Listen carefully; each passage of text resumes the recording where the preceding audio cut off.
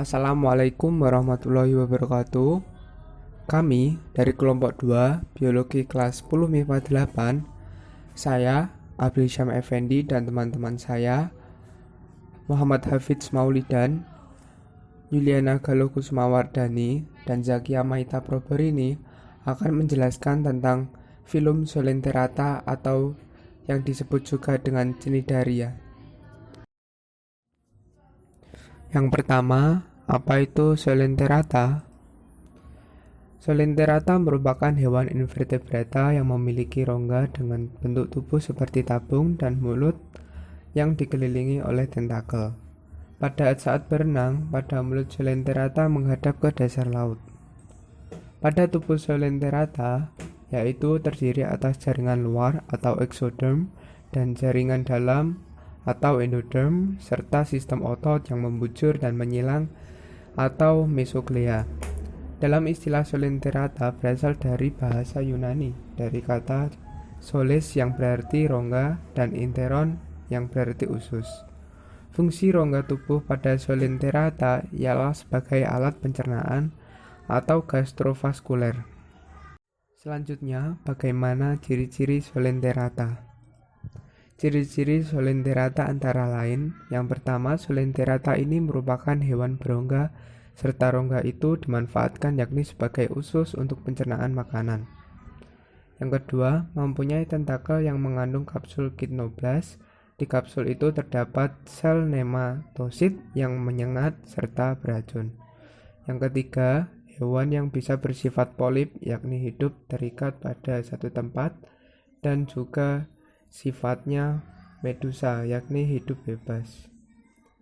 Yang terakhir, tubuhnya mempunyai sebuah lapisan luar exoderm serta juga lapisan dalam endoderm. Di antara kedua lapisan itu ada sebuah mesoglea yang memiliki fungsi sebagai pusat sistem persyarafan. Selanjutnya, bagaimana habitat Zoolenterata? Zoolenterata hidup bebas secara heterotrof dengan memangsa plankton dan hewan kecil di air. Jika ada mangsa yang menempel atau mendekati tentakel dan mengenai nidosit, nidosit akan mengeluarkan racun untuk melumpuhkan mangsa tersebut. Mangsa yang sudah dilumpuhkan akan ditangkap oleh tentakel dan tentakel kemudian menggulung dan membawa mangsa tersebut ke mulut. Selanjutnya, bagaimanakah struktur tubuh Zoolenterata? Tubuh Zoolenterata terbagi atas ectoderm, lapisan luar, dan endoderm, lapisan dalam. Di antara kedua lapisan ini terdapat mesoglea yang berguna sebagai kerangka hidrostatik. Zoolenterata mempunyai tentakel yang dapat menyengat. Hal ini bertujuan sebagai alat pertahanan tubuhnya. Selain untuk pertahanan tubuh, tentakelnya juga berfungsi sebagai penangkap makanan. Sistem pencernaan makanannya tergolong ke dalam sistem gastrovaskuler, di mana peredaran makanan tidak melalui darah, melainkan melalui usus. Zoolenterata mempunyai osculum yang berfungsi sebagai mulut dan anus. Zoolenterata mempunyai dua bentuk tubuh, yaitu yang pertama, bentuk tubuh polip. Zoolenterata dengan bentuk tubuh ini mempunyai hidup yang tidak bebas, atau hanya menempel pada suatu substrat tertentu. Berbentuk silindris, bagian proksima melengkap, bagian distal mempunyai mulut yang dilingkupi tentakel dan berkoloni, serta gonad dapat eksternal maupun internal. Yang kedua, bentuk tubuh medusa. Zoolenterata dengan bentuk tubuh ini memiliki hidup yang bebas karena mempunyai kemampuan untuk berenang. Berbentuk menyerupai payung atau lonceng dengan tentakel yang menggantung di permukaan. Ruang digesti berupa saluran radial bercabang 4 dan bermuara di saluran sirkular. Selanjutnya, bagaimana klasifikasi Zoolenterata? Berdasarkan bentuk yang dominan dalam siklus hidupnya, Zoolenterata diklasifikasikan ke dalam 3 kelas, yaitu Hydrozoa, Scyphozoa, dan Anthozoa. Pertama, Hydrozoa. Hydrozoa berasal dari bahasa Yunani, yaitu hydro berarti air dan zoa berarti hewan. Ciri-ciri dari hewan hydrozoa antara lain, sebagian besar berbentuk polip dan hidup di perairan laut. Dapat berkembang biak dengan seksual maupun aseksual. Sebagian besar merupakan hermaprodit. Contoh dari hewan hydrozoa antara lain Hydra viridissima atau hidra hijau dan Hydra fusca atau hidra coklat. Contoh spesies dari hydrozoa. 1. Hydra. Hydra hidup di air tawar. Hewan ini hidup secara soliter dengan bentuk polip. Hydra menempelkan pangkal tubuhnya berbentuk cakram pada tumbuhan air atau batu. Hydra dapat menghasilkan tunas melalui penonjolan keluar bagian tubuhnya. Tunasnya dikelilingi oleh tentakel untuk menangkap makanan. Selain itu, tunasnya juga bisa menjadi individu baru ketika lepas dari tubuh induknya. Kedua, Obelia. Seperti yang dapat kita lihat seperti pada gambar, Obelia merupakan koloni yang hidup di air laut. Tubuhnya berbentuk polip dan medusa. Obelia mengalami metagenesis, yaitu reproduksi aseksual pada polip reproduktif dan reproduksi seksual pada medusa. Ketiga, Gonionymus sp. Gonionymus hidup di air, pasang surut, dan memiliki medusa yang besar. Gonionymus seringkali berkembang biak secara seksual. Seperti pada gambar, kita dapat melihat bagaimana Gonionymus tersebut. Scyphozoa. Scyphozoa berasal dari bahasa Yunani, yaitu skypos artinya mangkuk, dan zoa artinya hewan. Ciri-ciri dari hewan Scyphozoa antara lain 1. Bentuk tubuh Scyphozoa seperti mangkuk, transparan, dan melayang-layang. Contohnya, ubur-ubur. Kedua, umumnya hidupnya di laut dan bersifat soliter. Ketiga, bentuk tubuh medusa merupakan fase yang dominan. Keempat, hewan ini memiliki lapisan mesoglea yang tebal sebagai sumber nutrisi. Kelima, memiliki medusa berukuran besar dan bagian tepi tubuhnya dikelilingi oleh tentakel yang terdapat sel sengat. Keenam, ukuran tubuhnya antara 2-40 cm. Contoh spesies dari Scyphozoa. 1. Aurelita aurita atau yang biasa dikenal dengan ubur-ubur bulan. Seperti Obelia, Aurelia aurita juga mengalami pergiliran keturunan. Aurelia memiliki alat kelamin terpisah pada individu jantan dan betina. Pembuahan ovum oleh sperma terjadi secara eksternal.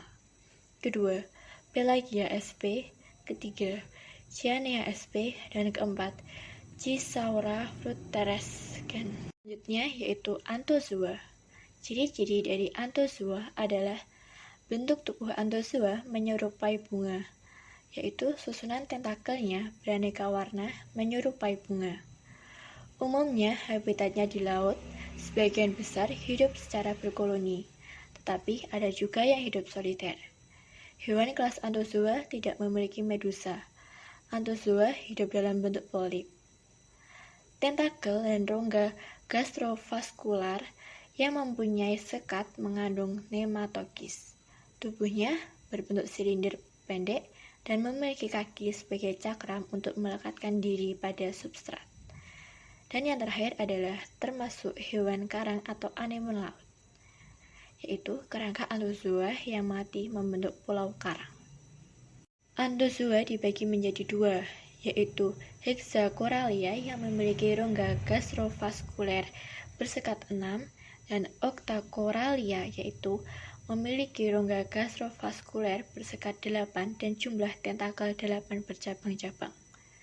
Contoh spesies dari Anthozoa antara lain Tubivora mosica atau karang suling, anemon laut, Acropora sp atau hewan karang, Mendrina sp, Antipathes sp, Stepanouge sp, Acropora sp, dan anemon laut. Tambahan, kumpulan bunga karang atau kelas Anthozoa yang sudah mati akan membentuk barisan terumbu karang. Bagaimana Coelenterata bereproduksi? Coelenterata bereproduksi secara generatif atau yang disebut seksual dan vegetatif atau yang disebut aseksual. Pertama, reproduksi secara generatif atau seksual. Reproduksi seksual terjadi dengan peleburan antara sel kelamin jantan atau sperma dan sel telur atau ovum.